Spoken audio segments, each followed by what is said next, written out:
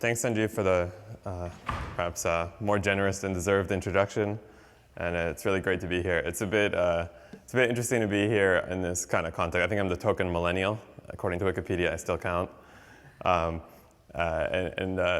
set of speakers is sort of everyone has some kind of interesting connection as my very short history in machine learning. And as Sanjeev said, Jan recently joined Facebook, but that was the same year that I joined machine learning. So in that short period of time, I think maybe just a year before that, the first machine learning lecture I sat in on was one where the Collins algorithm for training conditional random fields was explained. Joel might have been one of the first very prominent people in the community that I met who had kind of the kindness and generosity to give really clear and detailed feedback to a paper for a young student who she had no formal obligation to. I encountered Sanjeev's work sort of in my first deep learning theory or machine learning theory class, UCSD, where it was kind of held up as an exemplar for how to do things.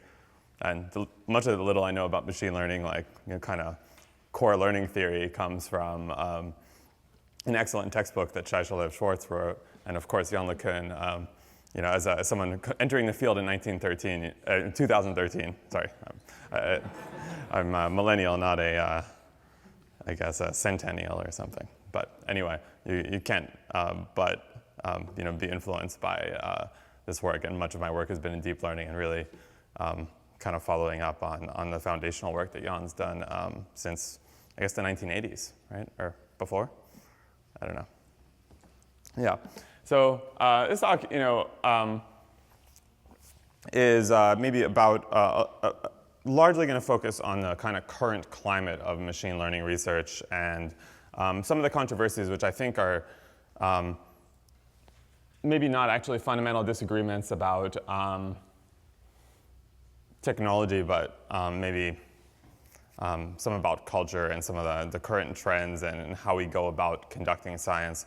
A lot of the ideas here, at least when we get into the meat of the talk, will come from a position paper called Troubling Trends in Machine Learning Scholarship, which I co-authored with a friend, Jacob Steinhardt, who just joined faculty at Berkeley Stats.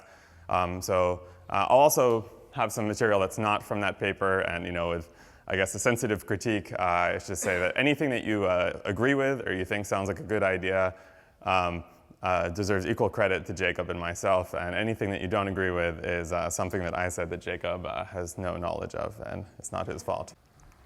I kind of see sort of two high levels sort of lenses on what's going on with this debate, stemming from the sort of active debate in the community that stemmed from largely from Ali's talk at the Test of Time Awards at NIPS 2017. And there's basically there's sort of two main focuses. One is on the metaphor itself. Is alchemy an appropriate metaphor for what's happening in machine learning? To what extent do any of us know anything about alchemy in the first place? And this question of making machine learning more science and less alchemy, or making deep learning more science and less alchemy, sort of invites the question in the first place, which I think we maybe don't often address, of just precisely what sort of science is machine learning in the first place, because it's not necessarily so obvious that where it fits in terms of methodology with respect to, say, natural sciences. And then there's a separate issue, which is one of this notion of a kind of gold rush mentality and potential slippage of rigor, and this question of, are we building solid foundational knowledge that people can build upon in the future? Are the artifacts of our research things that people can trust? Or are we sort of engaged in sort of building some kind of flimsy foundations that are likely to collapse and cause us all some amount of strife? And sort of within that, there's a question of what really is happening? What are the problems? What are the sort of levers that are kind of driving them? And at the same time, there's a question of, well, what are actually the mechanisms and the corresponding costs of pushing back? So to start off with the first part, I've been thinking a little bit about science just because one diversion over the last semester is I spent some time reading through some kind of classic texts in philosophy of science, and one that really resounded with me was Thomas Kuhn's classic Structure of Scientific Revolutions. I used these slides the last time I saw Sanjeev, but I had really bad laryngitis, so I wasn't able to say anything about them. So maybe forgive me for using a slide again. So in terms of the structure of science, I think this actually fits really interesting as a lens on the alchemy debate too. Thomas Kuhn, and if there's any real philosophers here, forgive me for my naive take on the philosophy of science, characterizes sort of like three main stages. He talks about pre-paradigmatic science. So this is in the early stages of science when it has sort of yet to acquire a paradigm, a sort of formula for how to answer questions and a sort of rigid boundaries on what are the allowable questions to ask. You have this kind of immature stage of inquiry. You have a lot of maybe fuzzier ideas, a lot of people trying random things. The next step is at some point you seize a paradigm. So someone comes up with some lens for describing, or this could be mechanics or something like this, which gives you some kind of system for it was a long time, to my understanding, from like Newton's publishing the Principia to then people being able to apply it broadly and really understanding how you could actually use these laws to describe all kinds of situations, all kinds of consequences of them. So then you have this period of normal science, which is of people having a set of rules that they apply, and there's this sort of period of sort of the science dictates, you sort of have sort of coming up with extensions to the theory that already exists that's sort of based on the same kind of fundamental building blocks. And then you have experiments whose particular purpose is really like, these experiments that are sort of no longer random in nature, but the paradigm kind of points you to what is the next experiment to run. It's like, what is the next space where you can kind of bring the paradigm into closer alignment with nature. And this is sort of, a kind of interesting aspect of, he calls this normal science. And normal science is actually kind of a good thing. It's when most of the productive work in science happens. But at the same time, there's also a kind of disparagement of normal science in that like the end stages of normal science are not so glamorous, because normal science sort of tends towards a kind of puzzle solving, and people become sort of micro experts in the minutest details of the paradigm, but maybe stop asking the big questions. And as the field becomes a little bit myopic, maybe it becomes less concerned with a lot of things that it concerned it in the first place suddenly are considered to be excluded. I think we've seen this with AI in various phases, where things that we consider the big questions of AI suddenly get excluded when we have a narrow focus and a sort of a way of rigidly asking, kind of rigorously asking certain types of questions, and other questions sort of fall off as maybe not particularly interesting or relevant. And then, of course, there's this notion of paradigm shift, which is you don't just have normal science that proceeds on forever and gets more and more refined, but what happens at some point, the paradigm runs up against some kinds of limits, some things it can't do, and then ultimately some new kind of disruptive idea shakes things up, and you sort of have a kind of tradition-shattering complement to the tradition-bound activities of normal science. So, normal science goes on, it answers these minute questions, ever minuter, and then finally, it starts piling a bunch of anomalies, things that it can't quite address. This might be like the traditional language of, I'm sure if Yudo was here, he'd probably, his example would be statistics trying to explain causal phenomena within, the kind of standard language of probability, and eventually finding that that was insufficient. So, one really interesting thing that's not on a slide here is what happens, and one thing that Thomas Kuhn talks about is the way that science is taught, which is it's not taught so much very often in terms of the paradigm shifts that occur and in terms of the beliefs that were held and the way science was done, and then sort of the process. It's sort of like the history books get rewritten. All of previous science and previous ways of thinking gets confined to, sort of like ornamental footnotes in the introduction, and then you're presented like an authoritative text on sort of the way things are now. And so in terms of alchemy, I think it's worth thinking about, to what extent was alchemy, is the question of alchemy versus science like well-formed, or is alchemy just science, but these were the scientists who did not have the paradigm that we have, and eventually we found that a lot of their ideas were wrong, or we were able to, but this always happens, right? We found at some point that a lot of Newton's ideas were wrong or something like this, and that doesn't mean that Newton was not a scientist, right? So just kind of refresh, there's this, the question of like, what is science? And I think in the natural sciences, science consists of some combination of theory and experiment, and a kind of iterative process of bringing them into alignment. And experiments whose main purpose is to sort of validate or invalidate theory, and theory which is directly inspired by experiment and whose virtue is measured in what it sort of can forecast or predict that you sort of didn't already know but can be subsequently experimentally confirmed, which is perhaps a bit different than what we do, even before we get into deep learning. What we do in machine learning maybe is kind of quite a bit different from this, in that I think the theory of machine learning, and there's some more formidable theorists here today who can maybe disagree with me, but I think the theory of machine learning is often maybe a bit different than the theory of the natural sciences, in that it is not so directly dependent upon the data that you receive from nature. It's not so dependent on experimental validation, in that often you have assumptions, you have knowledge created, sort of derived via these assumptions from first principles, and you have this kind of process of moving from assumptions to theorems that more closely resembles, I think, maybe the mode of inquiry of pure mathematics than it does in some ways of what a chemist or a physicist does. And then you have the practice of machine learning, which has a lot of experiments, but these experiments are very different usually than the sorts of experiments that you do in the natural sciences, because they're not usually constructed for the purpose of validating or invalidating theories, but the purpose of the experiments is very often to get to the top of the Kaggle leaderboard. So I guess this was a Kaggle leaderboard that Google image search was able to surface, and the slippery appraisals are doing well, but not as well as Mario's and Gert.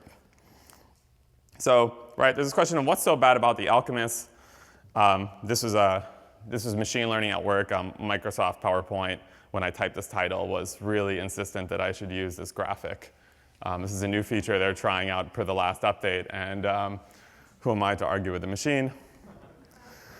So, okay, this question, what's so bad about the alchemists, right? So this question, okay, they have these high-level objectives. They sought the elixir of life. They had this kind of grandiose sort of like big picture aims, but so do we. We say we're seeking artificial intelligence or to understand the nature of intelligence, but that's not necessarily what we do in the day-to-day practice of our work.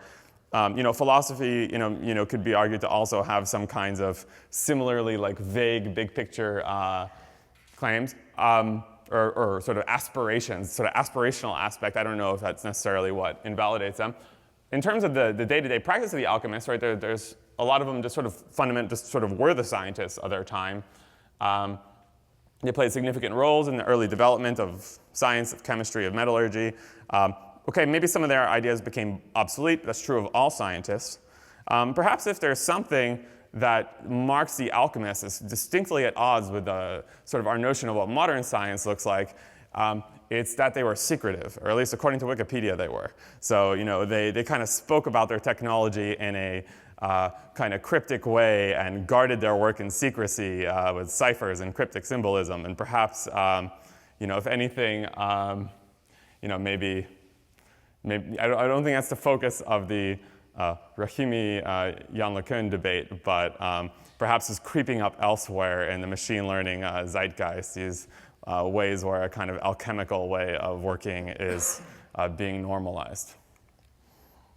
So, where I'd like to pivot now is towards the other side of the conversation, which is sort of regardless of how we feel about the precise what sort of science is machine learning, and what is its relationship or not to the alchemists of yore.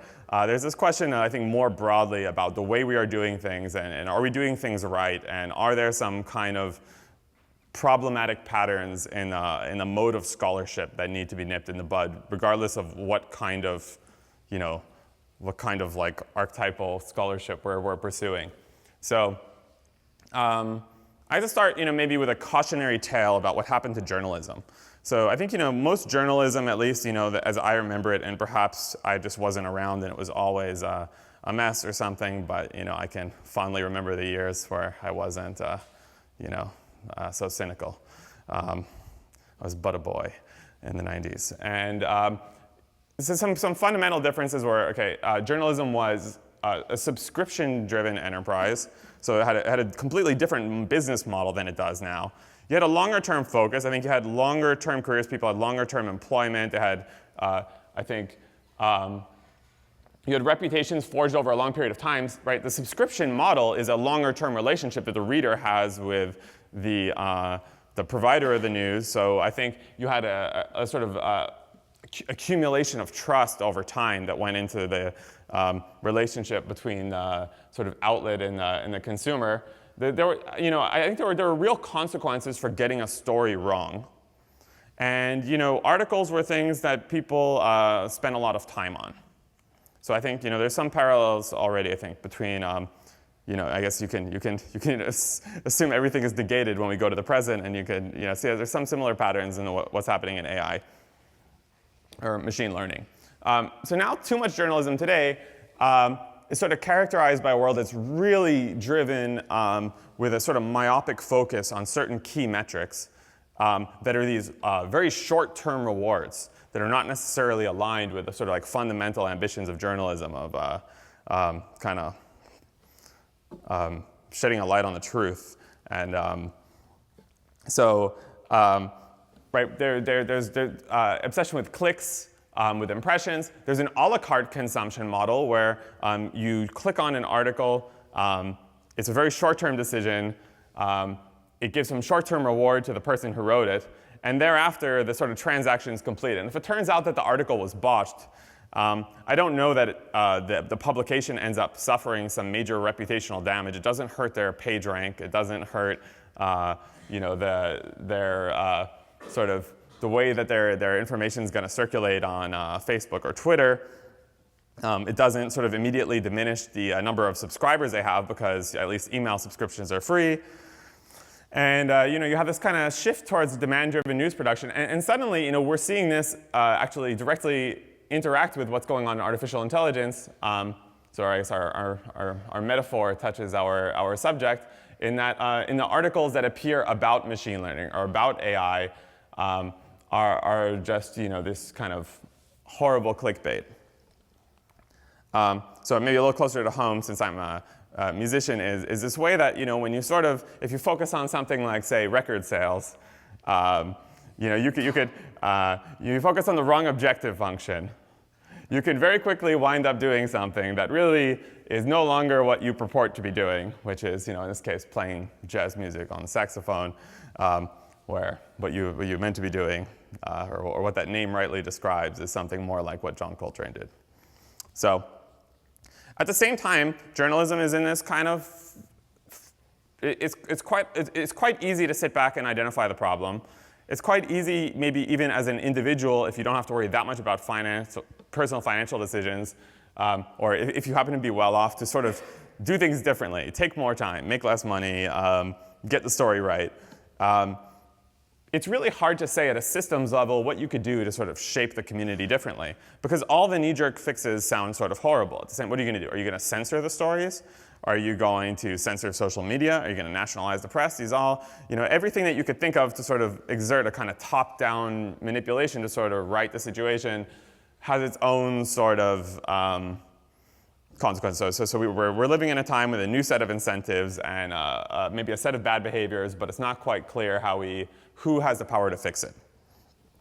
So moving on to troubling trends in machine learning, and maybe some direct comparisons to things that I see going on now. So now we have our own set of incentives. As Sanjeev pointed out, there's a lot of money being thrown at young researchers.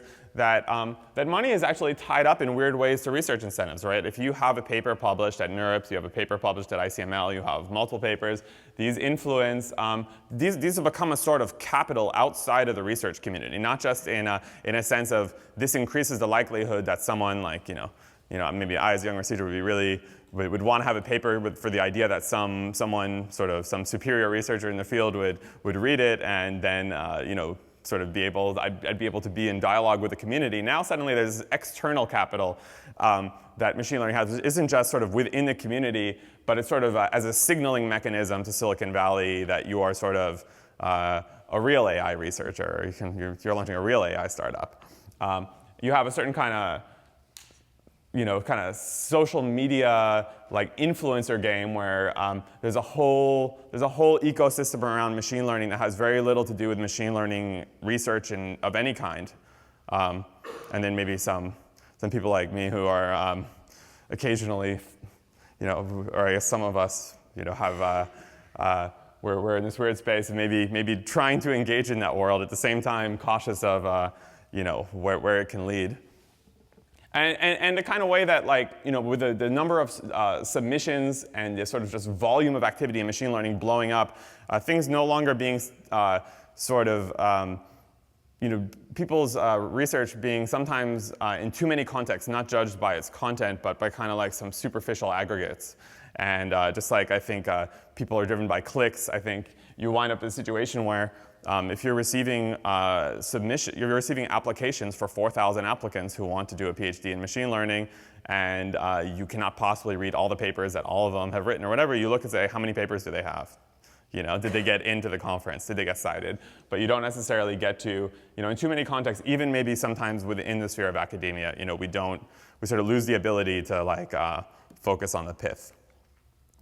All right, so what we'd like to be doing here is, in machine learning, is creating some kind of foundational knowledge, providing open research questions, maybe to some extent bridging gaps between theory and nature, and more, posing new problems to challenge scientific paradigms, and ultimately creating lasting artifacts, I guess that's tied into foundational knowledge that people can actually rely on.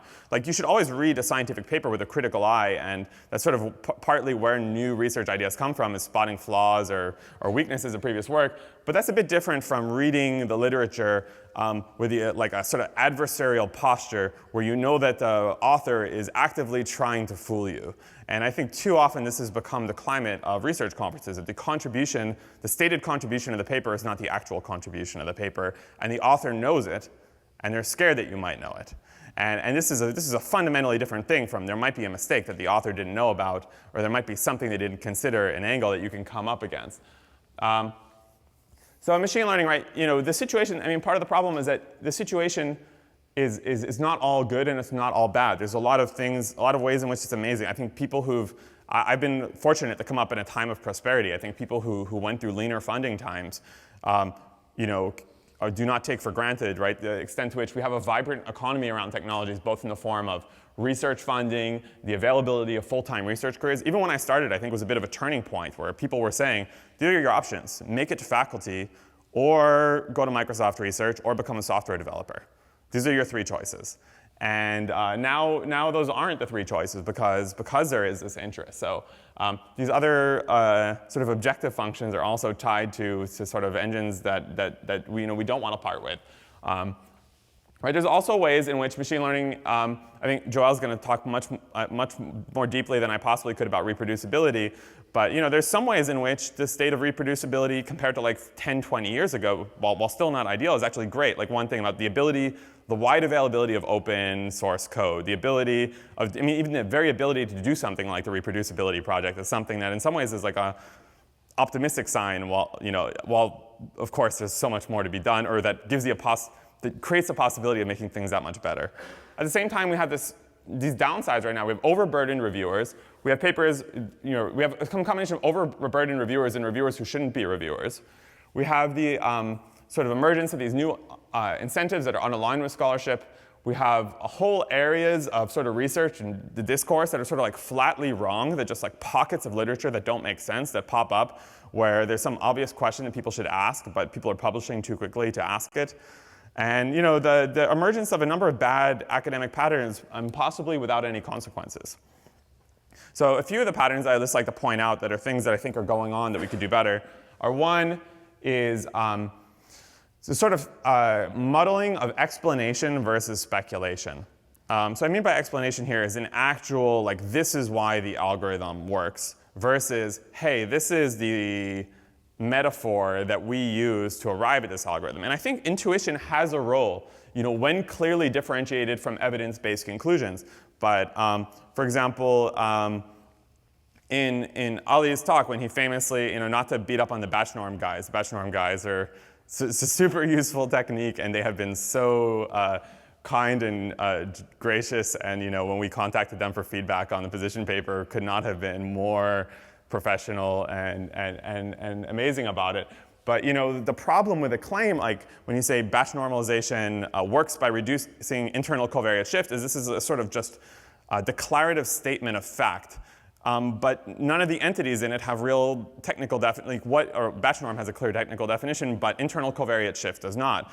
And now if you search for covariate shift, you find a paper on batch norm. It's hard to find out, and you actually see the claim parroted verbatim, word for word, in subsequent papers about why batch norm works. So this creates a problem because it creates a situation where young researchers, or even senior researchers, they can't rely on the papers as a way of finding out what the open questions are. Because someone says, oh, this works by doing this, and it sounds technical, and it's not actually. So that's one kind of thing that happens. Another thing is you have a sort of unscientific experimental methodology, which is something I think also Ali Rahimi and Ben Reck talked about, in terms of falsifiable experiments, of having strong baselines. There's a common pattern, which is a paper will propose n tweaks, where only some small subset of them are actually required to realize the result. And it's been found in a number of papers. Joel and colleagues have this paper on the reproducibility crisis in reinforcement learning. There's a great paper by Gabor Melis and Phil Blunsom and Chris Dyer that showed that for a huge line of advances, or purported advances, in language modeling, it turned out that the only difference was putting the models on even footing in terms of hyperparameter optimization. So each successive team had access to more GPUs, and they were comparing to the reported numbers from the previous paper, which was using a different model with less GPUs. So this is sort of a classic example of like more scientific thinking would say, let's change one thing. And would show that actually these sort of architectures were contributing nothing. It was actually the hyperparameter tuning itself, or a different kind of meta knob tuning, you could say. And, you can explain the hyperparameters. Yeah, so hyperparameters are you have an optimization algorithm for machine learning. Whatever is the knobs are tuning to fit the curve to the data, and then you often have some kind of external larger picture considerations, like what is the size of the turn? Like how much do you turn each knob on each turn? Some considerations like this that need to be set before you can do the fitting of the algorithm. So hyperparameters are a set of these things. Like you could think broadly about things like how fast is the learning rate of the model, or even what is the architecture itself, as a set of these concerns that you typically run, and you have some kind of additional set of holdout data called a validation set that you use to sort of determine what is the best set of hyperparameters. And so, you can imagine something where people propose an algorithm that works in all kinds of different ways, but they're also doing they're throwing more computing power at choosing their hyperparameters. And so they appear to be validating the story that they come up with and the resulting model, but what ends up happening is because they never did what we call an ablation test, which is you try to isolate what is the source of the gain. I try to knock out, I'm only going to change one thing, or I'm going to add in these techniques one at a time and see how much each one individually contributes to the net result. So I had a paper recently at EMNLP, or I'm trying to get them to change the name to LMNOP, but unsuccessfully, which is a natural language processing conference. So we had a paper. What we did is we looked at a whole line of advances in an area called reading comprehension. So this is already problematic for a different way that we'll discuss, which is a sort of abuse of language, because the machine isn't comprehending, it's still doing curve fitting. But here, the idea in reading comprehension is you take a question, you take a passage, and the job of the machine learning algorithm is to produce an answer. And so there's a whole series of algorithms that have been proposed that have some story about what the model does. Is it has some kind of complicated mechanism to attend jointly to the question and the passage, and to match up the relevant parts of the passage with the question, and so on and so forth, to somehow synthesize them to produce an answer. And you sort of in just a sort of frenzy to get work out, to publish more papers, and even to create new tasks in the first place for the purpose of publishing yet more papers, what people never asked was, so basically I had a student who was interested in the task, so he stepped back and said, well, wait a minute. Do they have a baseline? Do I know, was this model supposed to jointly attend to the question and passage? Do I even know what the performance is that I would get if I used the same model and just looked at the question? Or if I used the same model and just looked at the passage? It turned out that despite hundreds and hundreds of papers being published in this area, this question has not been characterized from any of the available data sets.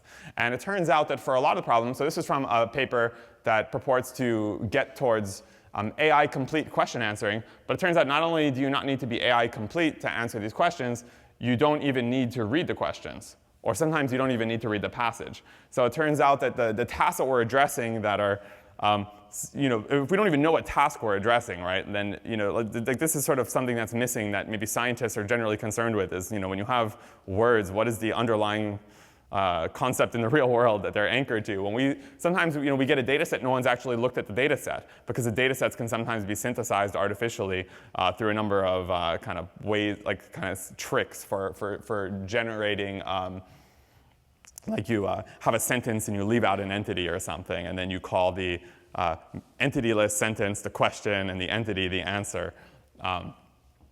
So we had this across a large number of data sets, but sometimes in this case, we looked at something else, which is supposedly these models are answering questions based on a very long passage and a question. And we looked for one question, for one task, we looked and just said, how good a job could you do if all you did was look at the last sentence? And it turned out that you could, for some reported models, you could sort of match the reported results. Or for some of the subtasks, you do a little bit worse, or some of the subtasks, you do a little bit better. So if you have a published paper and a whole community believing that they've developed a model that could sort of synthesize the information in a 30-sentence passage, and then it turns out that all you're really doing is the same thing that a model does, it only looks at the last sentence, it's sort of problematic.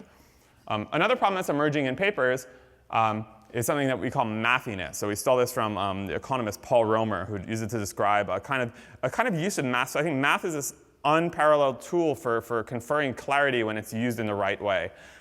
When it's really used to distill something down to its purest, like sort of most rigorous form. But very often math appears in papers not for the purpose of offering clarity, but often for the purpose of convincing a reviewer of technical depth or convincing a reader.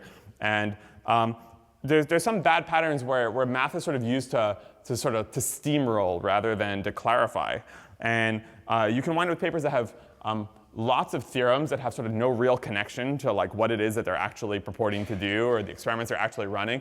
And another problem that we notice is you can often have what we call like a slippage between formal and informal terms, where sort of the weaknesses in the theory are hiding in the text, and the weaknesses in the text are hiding in the fact that, oh, look, there's a theorem. And you combine sort of a paper that has like 10 pages of appendices and a bunch of theorems that have a large amount of new notation that is of dubious connection to what's happening in the text, and then you take a reviewer who's got a total of like 2 hours to review that paper, and you can imagine the extent to which these problems are sort of weeded out. And one interesting piece of feedback I got from this, we call this paper Troubling Trends in Machine Learning Scholarship. One piece of feedback I got from someone is they agreed with most of the points, but said actually they thought Mathiness was worse 10 years ago. And that one perhaps benefit of the deep learning era in a way has been to raise the priority of real empirical results on data and to make it sort of more okay to publish a paper that has a great empirical result that doesn't have a sort of gratuitous theorem in it. So an example of something is there's a paper, it's otherwise like a very interesting idea based on a kind of intuition that if you have data out of domain, you're doing domain adaptations. You have some training data, you have some target data, and they have different distributions. One way you might try to get a model to do better on the target domain is if you force the representations of these data to look similar, and they say we can draw upon this result in learning theory, and they include this theorem, this is actually due to Shai Ben David, which bounds the target error by a sum of 3 terms. And then they use this to justify an algorithm that minimizes 2 of those terms. But it turns out that minimizing 2 of those terms can actually increase the 3rd one arbitrarily. And so you can have potentially you can have an error of 1. Like you can as a result of using the algorithm. And it's not kind of addressed. This is a kind of example of how this sort of patterns are kind of become sort of endemic. Another issue is sort of abuse of language. So you read papers that sort of use language in a way that makes them, sets it up to sort of create a situation where the papers are going to be impossible to understand. So one thing is that the use of suggestive language. So there's a tendency to anthropomorphize, to use the papers as almost like marketing vehicles. And so we have things like, we have representations of sentences, but they're called thought vectors. We have things called consciousness priors. We named the task in a way that is so suggestive that basically it's like, what will we do if we actually solve reading comprehension? It's not clear because we've already used reading comprehension for the task of like curve fitting, for like answer prediction. We have also, in the reinforcement learning literature, there's Curiosity is the term we use for sort of intrinsic rewards, and I'm guilty of playing off curiosity and proposing something for safe exploration where we called it fear. Of course, the model is neither curious nor afraid. And suggestive language is a little bit dangerous because it creates a situation where sort of all these misuses of language are problematic because you create a situation where the subsequent author who's going to follow up on your work has a choice between either creating a new term, in which case they confuse the reader because now they're introducing new terminology which disagrees from yours, or adopting your misleading terminology, which then sort of perpetuates kind of misconceptions.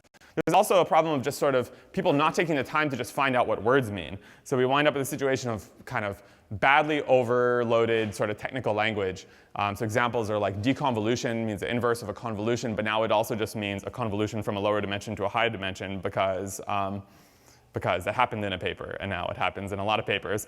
And now you see weird papers that have to say things like deconvolution, parenthesis, upconvolution, to say what do they mean by the word. So the word sort of becomes useless to the community. So we sort of create a situation where you don't know what someone means when they say generalization anymore. Like traditionally, if you read a machine learning paper, you see generalization, you mean generalization to unseen data. But now it could mean anything. It could mean to unseen data, it could mean to unseen distributions.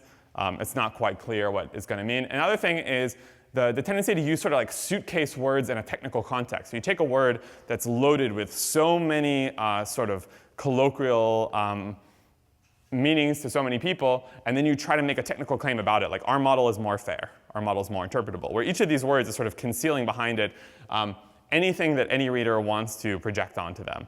And you create the situation where you really can't interact in this way that I think the technical literature is supposed to facilitate, where people actually know what each other are talking about. So on the correcting side, there's a question of, it's sort of easy to say, we should all sort of, I think we're not at a Pareto optimal point on the sort of like growth quality frontier. All of us, I think, have things we can do to make our papers, within our own labs to kind of like hold the bar higher. But what we could do at a community level is a little bit harder. Who are the agents that can enact change? What variables can we intervene on? Doing things at the community level is kind of difficult. And we sort of want it all, right? We want the financial resources, but we also want the objectives that the community face to be aligned with intellectual work.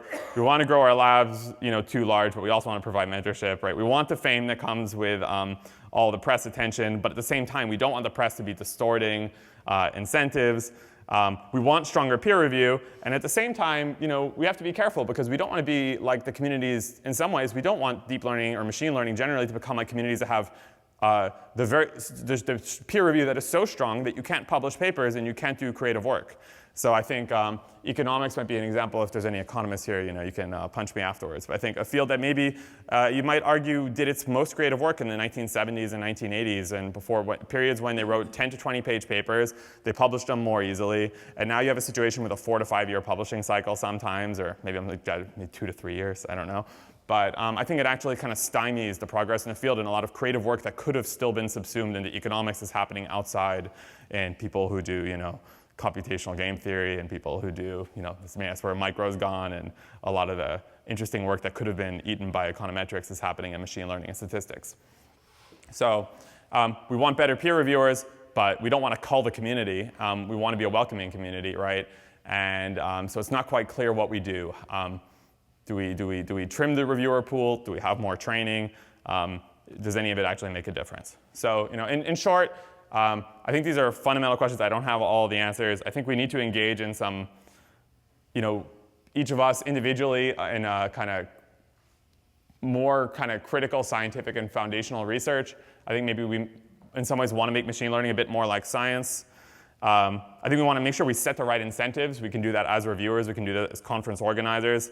I think maybe we want to push back a little bit on the way the word research is being kind of inflated to describe a lot of things that are not really foundational intellectual work, and it's sort of becoming a kind of occupational currency. But I think we want to be a little bit careful about making clear what is research and what are the standards for doing proper academic research.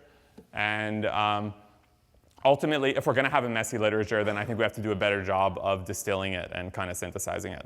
So that's all that I have. I hope I'm not over time. Thank you so much.